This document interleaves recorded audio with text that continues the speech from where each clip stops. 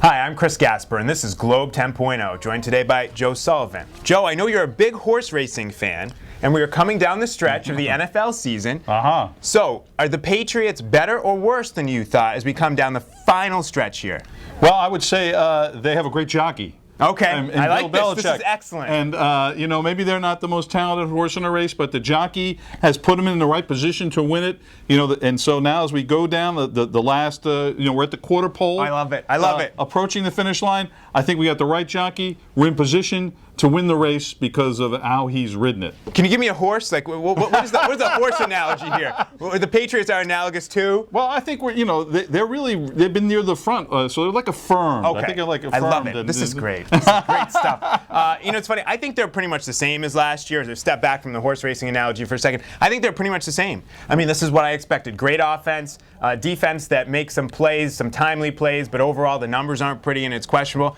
I know people don't want to hear it, and it seems like the same old refrain. I don't think we're going to know until the playoffs whether they're better or worse than last year. I think that's undeniable. You're right, it does sound repetitive, but it's also true. And look, they're better than I thought they'd be, because I really thought that the defense would sabotage everything this year, and it just hasn't. And isn't it interesting that Mike Shanahan said this week that only Bill could do this, that he has put these pieces in place on defense, and somehow they survive. That's the only way you can describe it, Chris. They're not excelling on defense.